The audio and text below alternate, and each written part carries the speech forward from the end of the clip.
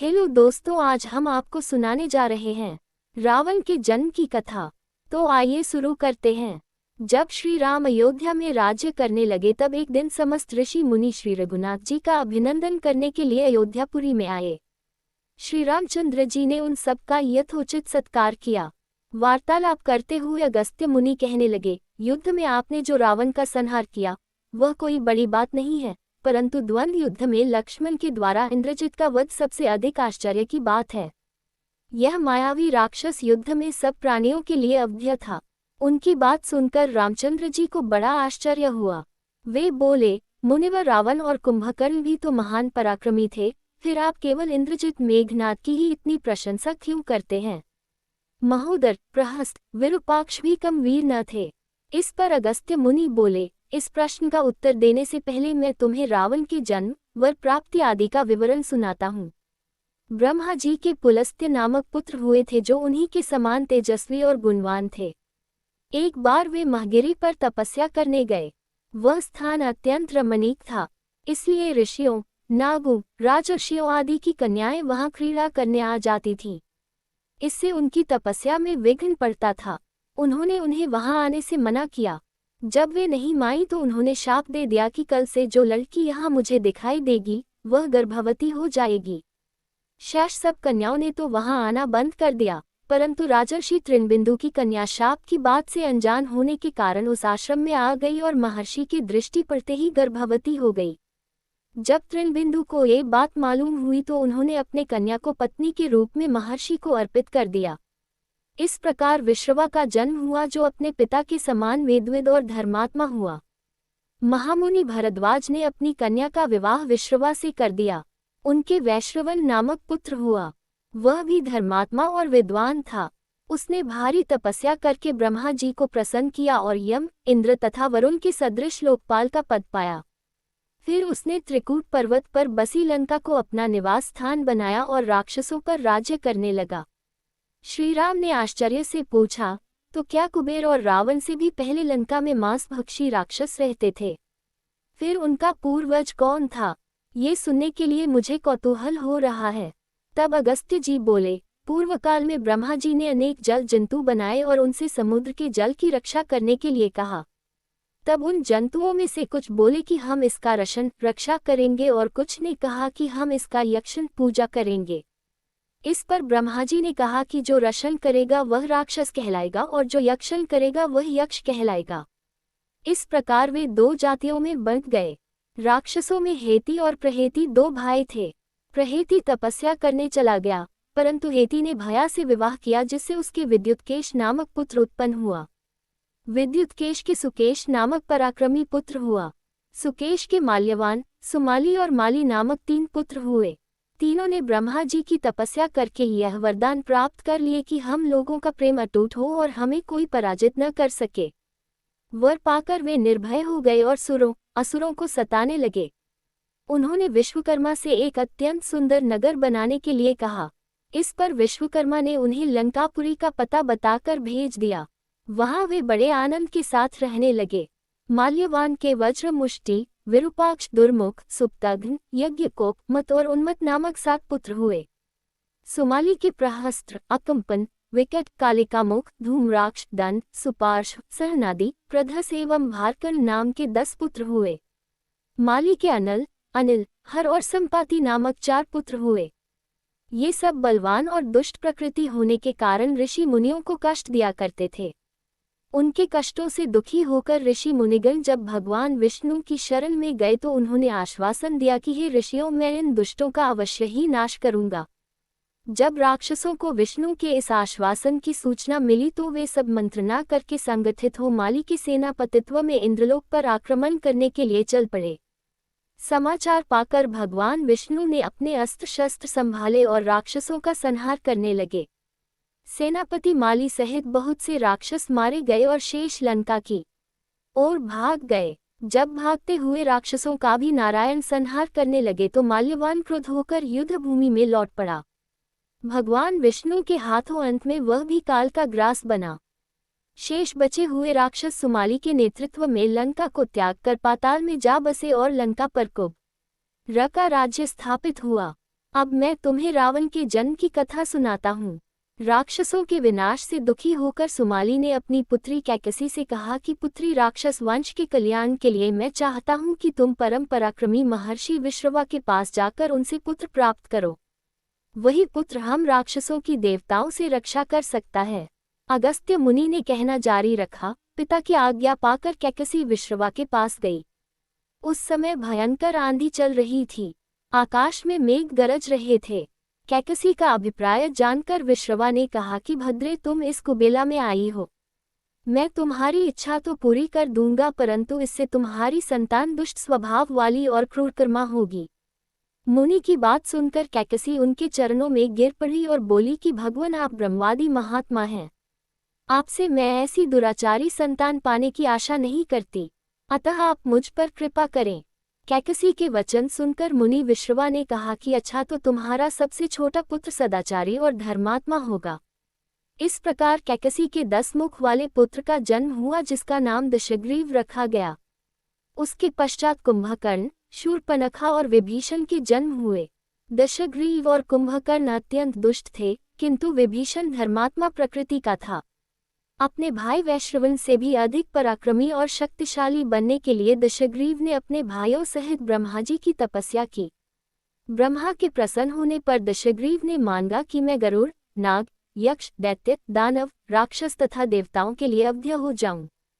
ब्रह्मा जी ने तथास्तु कहकर उसकी इच्छा पूरी कर दी। विभीषण ने धर्म में अविचल मति का और कुंभकर्ण ने वर्षों तक सोते रहने का वरदान पाया। फिर दशग्रीव ने लंका के राजा कुबेर को विवश किया कि वह लंका छोड़कर अपना राज्य उसे सौंप दे। अपने पिता विश्रवा के समझाने पर कुबेर ने लंका का परित्याग कर दिया और रावण अपनी सेना, भाइयों तथा सेवकों के साथ लंका में रहने लगा। लंका में जम जाने के बाद अपने बहन शूर्पणखा का विवाह कालका के पुत्र दानवराज विद्युवेहवा के साथ कर दिया। उसने स्वयं दिति के पुत्र मय की कन्या मंदोदरी से विवाह किया, जो हेमा नामक अप्सरा के गर्भ से उत्पन्न हुई थी।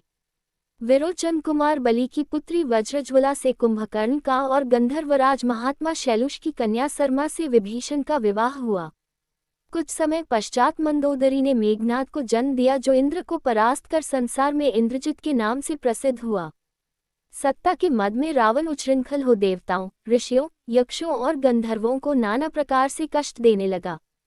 एक बार उसने कुबेर पर चढ़ाई करके उसे युद्ध में पराजित कर दिया और अपनी विजय की स्मृति के रूप में कुबेर के पुष्पक विमान पर अधिकार कर लिया। उस विमान का वेग मन के समान तीव्र था। वह अपने ऊपर बैठे हुए लोगों की इच्छानुसार छोटा या बड़ा रूप धारण कर सकता था। विमान में मणि और सोने की सीढ़ियां बनी हुई थीं और तपाए हुए सोने के आसन बने हुए थे। उस विमान पर बैठकर जब वह शरवण नाम से प्रसिद्ध सरकंडों के विशाल वन से होकर जा रहा था, तो भगवान शंकर के पार्षद नंदीश्वर ने उसे रोकते हुए कहा कि दशग्रीव, इस वन में स्थित पर्वत पर भगवान शंकर क्रीड़ा करते हैं, इसलिए यहाँ सभी सुर, असुर, यक्ष आदि का आना निषिद्ध कर दिया गया है। नंदीश्वर के वचनों से क्रुद्ध होकर रावण विमान से उतरकर भगवान शंकर की ओर चला। उसे रोकने के लिए उससे थोड़ी दूर पर हाथ में शूल लिए नंदी दूसरे शिव की भांति खड़े हो गए। उनका मुख वानर जैसा था। उसे देखकर रावण ठहाका मारकर हंस पड़ा। इससे कुपित हो नंदी बोले कि दशानन, तुमने मेरे वानर रूप की अवहेलना की है, इसलिए तुम्हारे कुल का नाश करने के लिए मेरे ही समान पराक्रमी रूप और तेज से संपन्न वानर उत्पन्न होंगे। रावण ने इस ओर तनिक भी ध्यान नहीं दिया और बोला कि जिस पर्वत ने मेरे विमान की यात्रा में बाधा डाली है, आज मैं उसी को उखाड़ फेंकूंगा। ये कहकर उसने पर्वत के निचले भाग में हाथ डालकर उसे उठाने का प्रयत्न किया। जब पर्वत हिलने लगा तो भगवान शंकर ने उस पर्वत को अपने पैर के अंगूठे से दबा दिया। इससे रावण का हाथ बुरी तरह से दब गया और वह पीड़ा से चिल्लाने लगा। जब वह किसी प्रकार से हाथ न निकाल सका तो रोते रोते भगवान शंकर की स्तुति और क्षमा प्रार्थना करने लगा। इस पर भगवान शंकर ने उसे क्षमा कर दिया और उसके प्रार्थना करने पर उसे एक चंद्रहास नामक खड्ग भी दिया। अगस्त्य मुनि ने आगे कहा, एक दिन हिमालय प्रदेश में भ्रमण करते हुए रावण ने अमित तेजस्वी ब्रह्मर्षि कुशध्वज की कन्या वेदवती को तपस्या करते देखा। उस देखकर वह मुग्ध हो गया और उसके पास आकर उसका परिचय तथा अविवाहित रहने का कारण पूछा। वेदवती ने अपने परिचय देने के पश्चात बताया कि मेरे पिता व अश्नु से मेरे विवाह करना चाहते थे। इससे क्रोध होकर मेरी कामना करने वाले दैत्यराज शंभु ने सोते में उनका वध कर दिया। उनके मरने पर मेरी माता भी दुखी होकर चिता में प्रविष्ट हो गई। तब से मैं अपने पिता की इच्छा पूरी करने के लिए भगवान विष्णु की तपस्या कर रही हूँ। उन्हीं को मैंने अपना पति मान लिया है। पहले रावण ने वेदवती को बातों में फुसलाना चाहा, फिर उसने जबरदस्ती करने के लिए उसके केश पकड़ लिए। वेदवती ने एक ही झटके में पकड़े हुए केश काट डाले। फिर यह कहती हुई अग्नि में प्रविष्ट हो गई कि दुष्ट तूने मेरा अपमान किया है। इस समय तो मैं ये शरीर त्याग रही हूँ, परंतु तेरा विनाश करने के लिए फिर जन्म लूंगी। अगले जन्म में मैं योनिजा कन्या के रूप में जन्म लेकर किसी धर्मात्मा की पुत्री बनूंगी। अगले जन्म में वह कन्या कमल के रूप में उत्पन्न हुई। उस सुंदर कांति वाली कमल कन्या को एक दिन रावण अपने महलों में ले गया। उसे देखकर ज्योतिषियों ने कहा कि राजन, यदि यह कमल कन्या आपके घर में रही तो आपके और आपके कुल के विनाश का कारण बनेगी। ये सुनकर रावण ने उसे समुद्र में फेंक दिया। वहां से वह भूमि को प्राप्त होकर राजा जनक के यज्ञ मंडप के मध्यवर्ती भूभाग में जा पहुंची। वहां राजा द्वारा हल से जोती जाने वाली भूमि से वह कन्या फिर प्राप्त हुई। वही वेदवती सीता के रूप में आपकी पत्नी बनी और आप स्वयं सनातन विष्णु हैं। इस प्रकार आपके महान शत्रु रावण को वेदवती ने पहले ही अपने शाप से मार डाला था। आप तो उसे मारने में केवल निमित्त मात्र थे। अनेक राजा महाराजाओं को पराजित करता हुआ दशग्रीव इक्ष्वाकु वंश के राजा अनरण्य के पास पहुंचा, जो अयोध्या पर राज्य करते थे। उसने उन्हें भी द्वंद्व युद्ध करने अथवा पराजय स्वीकार करने के लिए ललकारा। दोनों में भीषण युद्ध हुआ, किंतु ब्रह्माजी के वरदान के कारण रावण उनसे पराजित न हो सका। जब अनरण्य का शरीर बुरी तरह से क्षत विक्षत हो गया तो रावण इक्ष्वाकु वंश का अपमान और उपहास करने लगा। इससे कुपित होकर अनरण्य ने उसे शाप दिया कि तूने अपने व्यंगपूर्ण शब्दों से इक्ष्वाकु वंश का अपमान किया है, इसलिए मैं तुझे शाप देता हूँ कि महात्मा इक्ष्वाकु के इसी वंश में दशरथ नंदन राम का जन्म होगा, जो तेरा वध करेंगे। ये कहकर राजा स्वर्ग सिधार गए। रावण की उद्दंडता में कमी नहीं आई। राक्षस या मनुष्य जिसको भी वह शक्तिशाली पाता, उसी के साथ जाकर युद्ध करने लगता। एक बार उसने सुना कि किष्किंधापुरी का राजा बाली बड़ा बलवान और पराक्रमी है, तो वह उसके पास युद्ध करने के लिए जा पहुंचा। बाली की पत्नी तारा, तारा के पिता सुषेण, युवराज अंगद और उसके भाई सुग्रीव ने उसे समझाया कि इस समय बाली नगर से बाहर संध्योपासना के लिए गए हुए हैं। वे ही आपसे युद्ध कर सकते हैं, और कोई वानर इतना पराक्रमी नहीं है जो आपके साथ युद्ध कर सके। इसलिए आप थोड़ी देर उनकी प्रतीक्षा करें। फिर सुग्रीव ने कहा कि राक्षसराज सामने जो शंख जैसे हड्डियों के ढेर लगे हैं, वे बाली के साथ युद्ध की इच्छा से आए आप जैसे वीरों के ही हैं। बाली ने इन सब का अंत किया है। यदि आप अमृत पीकर आए होंगे तो भी जिस क्षण बाली से टक्कर लेंगे, वह क्षण आपके जीवन का अंतिम क्षण होगा।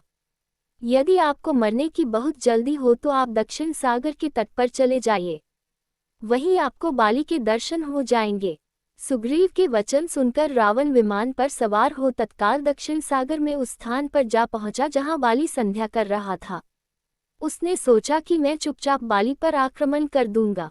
बाली ने रावण को आते देख लिया, परंतु वह तनिक भी विचलित नहीं हुआ और वैदिक मंत्रों का उच्चारण करता रहा। जो ही उसे पकड़ने के लिए रावण ने पीछे से हाथ बढ़ाया, सतर्क बाली ने उसे पकड़कर अपनी कांख में दबा लिया और आकाश में उड़ चला। रावण बार बार बाली को अपने नखों से कचोटता रहा, किंतु बाली ने उसकी कोई चिंता नहीं की। तब उसे छुड़ाने के लिए रावण के मंत्री और अनुचर उसके पीछे शोर मचाते हुए दौड़े, परंतु वे बाली के पास तक न पहुंच सके। इस प्रकार बाली रावण को लेकर पश्चिमी सागर के तट पर पहुंचा। वहां उसने संध्योपासना पूरी की। फिर वह दशानन को लिए हुए किष्किंधापुरी लौटा। अपने उपवन में एक आसन पर बैठकर उसने रावण को अपनी कांख से निकालकर पूछा कि अब कहिए आप कौन हैं और किस लिए आए हैं। रावण ने उत्तर दिया कि मैं लंका का राजा रावण हूँ, आपके साथ युद्ध करने के लिए आया था। वह युद्ध मुझे मिल गया। मैंने आपका अद्भुत बल देख लिया। अब मैं अग्नि की साक्षी देकर आपसे मित्रता करना चाहता हूँ। फिर दोनों ने अग्नि की साक्षी देकर एक दूसरे से मित्रता स्थापित की।